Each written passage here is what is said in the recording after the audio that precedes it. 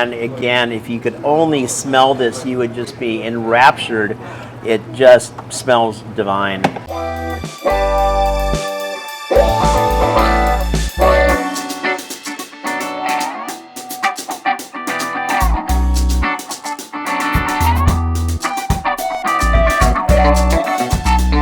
Folks, welcome home. Yet another edition of Cooking with Blondes. My Lindsay, favorite. happy to have you back in the house today, and it's a beautiful Sunday in Milwaukee, Wisconsin here at Shakers, the magnificent Shakers. Now we're taking the Cooking with Blondes series on the road, and we're going to Oaxaca, Mexico. That's kind of a primer for that. We're going to do a little mole, a very simple mole with some pollo, with some chicken. Mole. A lot of people love the flavor of mole, but they stray away because there are a lot of components, a lot of ingredients that go on here. And really, it's not that hard. And as I've talked about in the past, it does not make sense to have you get in a car and chase out of Chicago or somewhere else for ethnic markets to really find the ingredients that you want, because if you don't have everything, that's okay. So what I'm going to begin with, though, is a real simple kind of thing. A little flame on right here. We're going to take some pumpkin seeds as well as some hulled pumpkin seeds right here. And we're going to toss this into this pan. We're just going to warm these up a little bit. Like we talked about as well, anytime you have the opportunity to heat up different spices and herbs, they take on a different flavor profile and they really expand what you're looking for. So these are going to get up to speed, and then we're going to take this, and this is... Lots of spices. Lots of spices. So what do we have here? We've got some cinnamon, we have some paprika, we've got some black peppercorn, a little bit of thyme, some oregano, and that's almost ready to go on top of that as well. I'm going to toast these then, just a little bit. And once we start to get some little vapors coming up, we're going to know that we're right about at the right point with this. Now we also have some peanuts over here, and these are just basic. These are non-Virginia peanuts, and right about now actually we can toss those in there too. So they also are going to toast up, and then all these things along with the miscellaneous herb spices are going to go into our food processor and process them down to the RoboCoupe. And a mole really is a sauce, so it's a traditional Mexican sauce. Oaxaca, on the southern part of Mexico, excels at moles. And there are 7 types of moles. There are 7 traditional moles, and then every family has their own iteration. And again, that iteration can be dependent upon whether or not they have sesame seeds, or whether or not they have ancho chili peppers, or a variety of different things. And if that day you don't, you still make this because it's marvelous. But you don't have to have all 20 or 30 different ingredients that go on with this. There's definitely a lot in it. There is a lot in it. A lot of stuff up here. So this is an ancho chili pepper, and it obviously is dried. And what I'd like you to do is just take this guy and kind of crumble it in here. It's not going to have universal, well-conformed pieces, but it's going to break down for you in there. It's kind of like leather right now. It is very leathery. It is very leathery. The seeds are good. I like the seeds. So a lot of people stray away from seeds in various chilies. I think it adds so much of a textural component. And in my mind, it's very much like the umami that you get in Pacific or Pan-Pacific cookery. So, and keep in mind that this is all going to go to the food processor anyway. So what we're trying to do is just get a little toasting to go on with this. So I don't need to break it down that much. No, correct. Just enough so that it doesn't bind once it gets inside. It doesn't matter who manufactures the processor, and this is a commercial food processor. RoboCoupe, in my mind, is the best that there is. But everything, if you just give it a manageable size and shape, it's going to work so much better. Now I think, Lindsay, I'd like you to take these miscellaneous things and toss those on top of there as well. Look at all that pretty colors. Mm-hmm. And while that's just going to sit there for a few minutes, let's take ourselves some olive oil. We're going to squeeze it, get it going in this pan right here. And then we're going to take our chicken. So this is, of course, the entire concept of having this particular mole or sauce is to take these remarkable things and get them into there. So I'm just going to come right through the joint here. We'll keep the drummies separate. And I prefer to cook with things that are skin on, and I'm not concerned about the health benefits that go along with things being skinless. I want the flavor. So what we do here at Shakers is we cook for ultimate maximal flavor and to be as authentic as possible. And I can assure you that once we get ourselves into Mexico, people are not going to be concerned about whether or not things are going to be skinless and therefore allegedly healthier for you. This is a massive That is chicken a breast. huge chunk. Yeah, whatever they fed that thing. So, right about in here, where is our joint? We got some popping going on. Got a little popping here. going on. Okay, Yeah. time to move that around a little bit. Those spices in there. Smelling amazing already. Get that cinnamon, the sweet smell of it. Put them around. All right, so we are working with raw chicken, so it's important. I'm going to come through here now, a little light sanitizer solution here. A touch of bleach just to get that clear, because we don't want to obviously poison or contaminate anyone, least of all ourselves. So the concept here with the chicken is I just want to get this started. I'm going to brown this a little bit. I'm going to flip it over. It's not going to be remotely cooking all the way through, and we don't want it to be, because the magic is going to be right here. So at this point, we're steaming up, right? So a little mixy thing. Mixy. And then, Lindsay, if you're so interested, I'd like you to take that and to get it right into here.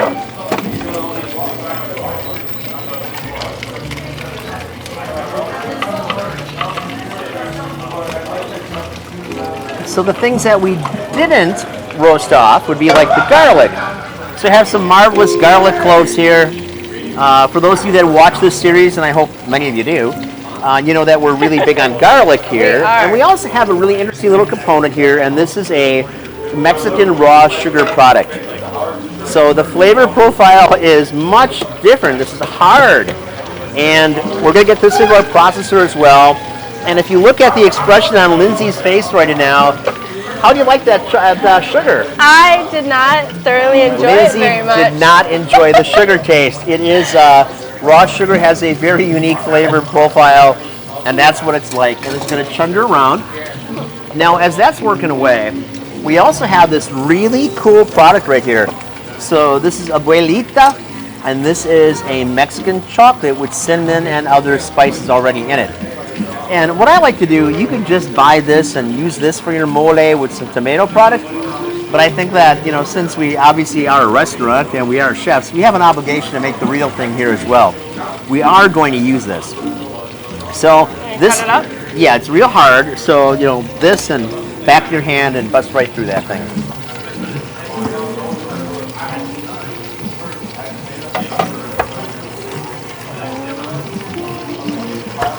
One smaller, or is that good? That's going to be fine. It's all good on the processor as well. And I'd like you to take these jalapenos and use both of those jalapenos in there. And we have some really unusual little chili peppers. And obviously we have a serrano here. And there's a little boo-boo right there. We're going to cut around that little boo-boo. We're going to get that inside. And these little guys are just from the garden, and they are incredibly flippin' hot. And the overall dish is not to make something so incendiary hot you can't eat it, but the flavor that goes along with this and how it just pushes your endorphins. And hotter food really does make you feel good about things, all sorts of things. All sorts. So we have some limes here, and these are not limes that we want to use in mojitos because they've seen better days aesthetically, but the reality is the juice is going to be every bit as yummy on the inside. So what we're going to do is we're going to start to process this first. Then we're going to add these chilies into here, and then we're going to add juice into here. And we have this pumpkin right here as well. So this lovely little pumpkin. We already have pumpkin seeds going on. What I like to do is to cut into this and actually get a little bit of pumpkin there too. There is no one recipe for mole, like many things. It's like a gumbo. You mix the things together that you have. Go for it. Right in there? That's all fine.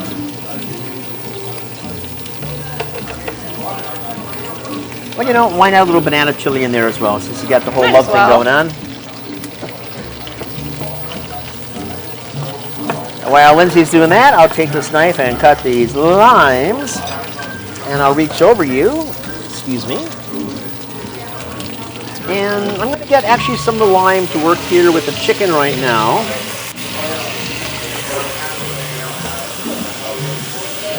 Look at all that steam. Mm-hmm. Steamy goodness.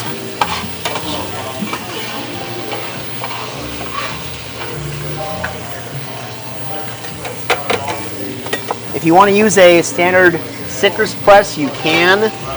I like the interactive portion with this, and I think I get a real good... Old-fashioned way. Well, that's part of it, but you always clean these things out a little bit better. You get maximum amount of juice. The presses are nice, but not quite as effective as just a pair of tongs upside down. So, that's moving along pretty nicely. Why don't you cut that open as well?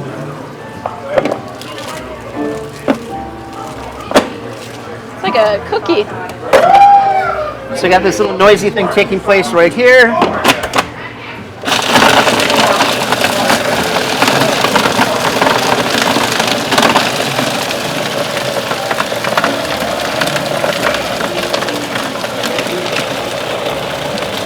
Almost there.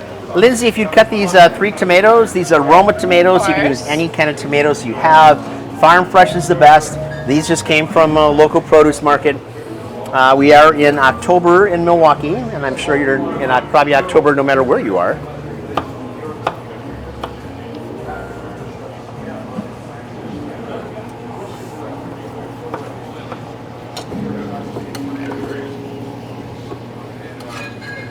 Again, we're not doing this for the aesthetic right now. We're just trying to get this, so I got some cookage going on here, because once the sauce, the mole, goes into this, it's going to be a long cooking process, which you have these remarkable deep flavors to them. And that's one of the things that we really do at Shakers. We do a lot of things that are Caribbean or Latin American here, which really benefit from a longer cooking process for extraordinary flavors. You can't rush the flavors here. You can't just take something you get from a bag and toss it in a pan and expect it to taste like you want it to. I wish we could. That would be nice, wouldn't it? So right now we've just got this really dark paste, right? Which is lovely by itself, but I think at this point we're going to take these tomatoes, we're going to stick our tomatoes into there. And let's take our other piece of the Mexican chocolate. Toss those in there. Toss it in there as well.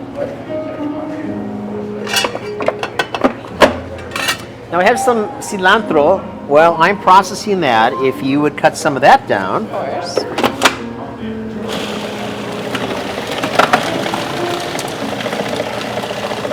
And to help this along, I'm going to take a little bit of sesame oil. And you'll say, my God, sesame oil, that doesn't belong. Well, typically we'd be using sesame seeds. So unfortunately, or not, we've been incredibly busy this last weekend at Shakers, and our sesame seeds were used up before we got to production. So a little bit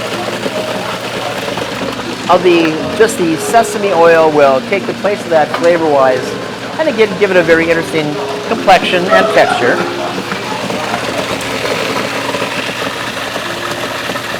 Lovely. Let's just stick that in. And to make it just even a little more pasty, I'm going to take some just olive oil.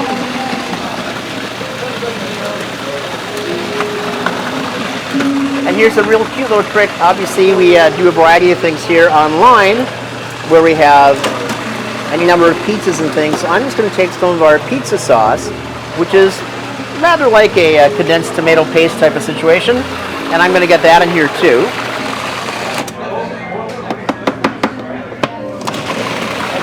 Very loud. Synergistically, it is how the tomato plays along with the chocolate and the other herbs and the other spices.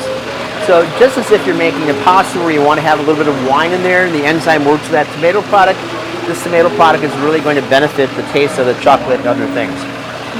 So we can turn that off now. And we're seeing how we're looking. So back up to full speed. What you got there? Really yummy looking pasty thing? Yummy looking pasty thing. Yummy looking pasty thing, as Lindsay says. So then we're going to take a spoon, and we will use a spoon to then get our pasty thing onto our chicky. Oyo.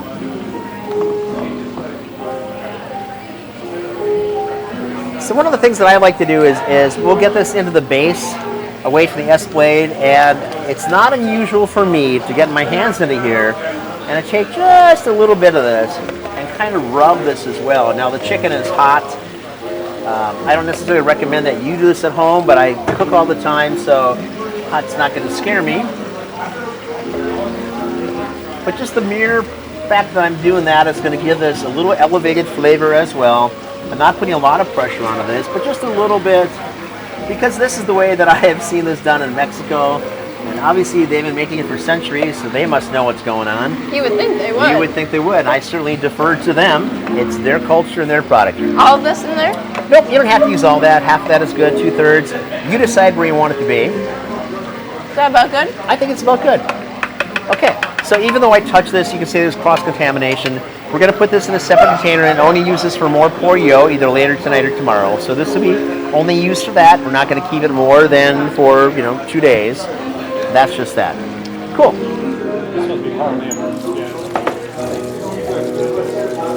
Let's wait till we make hollandaise sauce here. All right, so this already, I think, just smells. It smells marvelous. Smells marvelous. Yes. Right. So one last little component that we have a pumpkin. We have pumpkin seeds in there. Spooky Why don't we go season. ahead and get ourselves a little bit of pumpkin? Because I think texture is so important. So I'm just going to take this guy and watch your hands.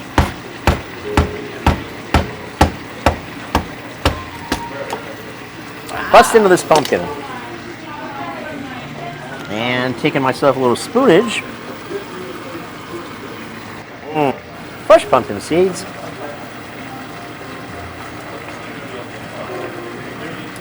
And I'm just going to take a knife, and this is incredibly firm.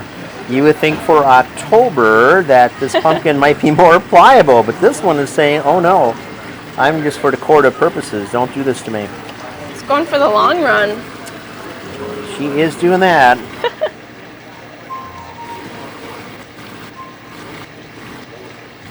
All right, let's see how this is going to work.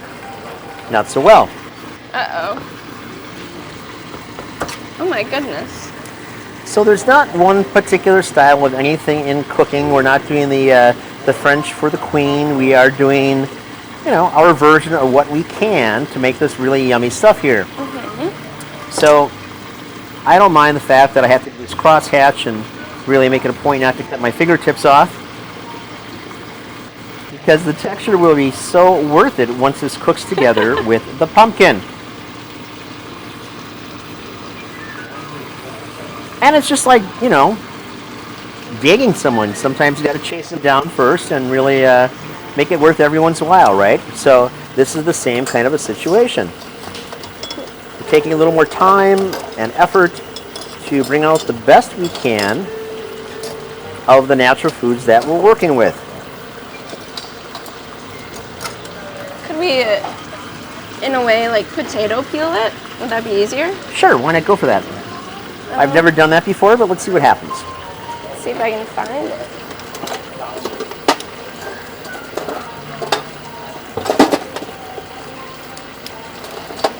As we talk about on a regular basis with the 200 odd videos that we shot here, we do not pre-prepare any of these things. We don't have the food stylists coming through. I don't have my interns here working all afternoon to give us whatever. This is real life. This is the flash and pan that we are making live on television, or whatever we call this silly thing on YouTube.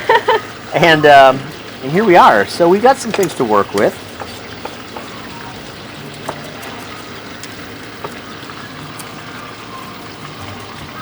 Oops, I probably shouldn't do that on the floor.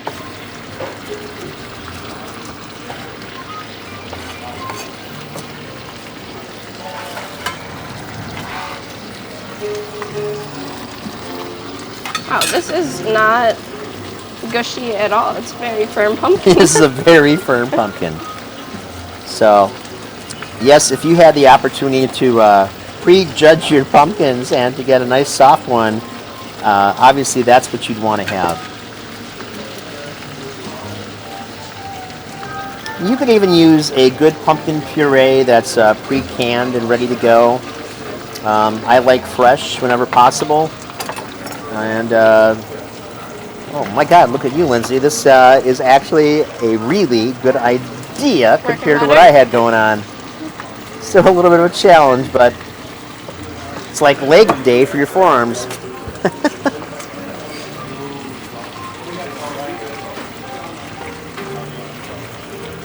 So one of the interesting things about this, even though our pumpkin is firmer than we anticipated it to be, it's going to cook here and braise low and slow in this. We're going to put a cover on this in a few minutes, and we're just going to have really marvelous flavors. So the best way to take a cover is to take the other side, that other pan that we had used a moment ago for the herbs and spices, and just to invert that. She is warm.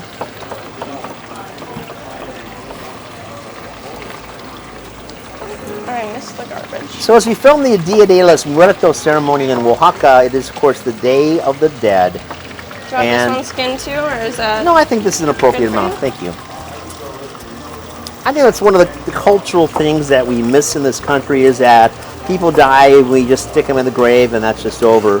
But I think it's good to remember parts of the past, don't live with the past and fixate on that, but it's good to keep in contact with the things that made you what you are today.